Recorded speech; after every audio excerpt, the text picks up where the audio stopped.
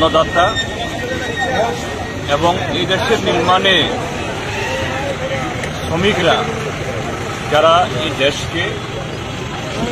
যে কল কারখানা মাঠে ঘাটে অক্লান্ত পরিশ্রম করে রক্ত জল করে এই দেশকে সমৃদ্ধ করছেন, নরেন্দ্র মোদীর সরকার তার নীতির কারণে আজকে তারা সর্বশান্ত হচ্ছে।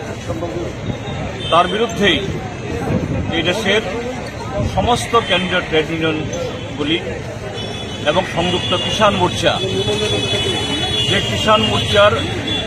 বছরব্যাপী সংগ্রামে নরেন্দ্র মোদী নতজানু হয়ে প্রতিশ্রুতি দিয়ে তাদের যে বছরব্যাপী ঐতিহাসিক আন্দোলনকে তারা ভঙ্গ করিয়েছিলেন, কিন্তু গত 2.5 বছর চলে গেলেও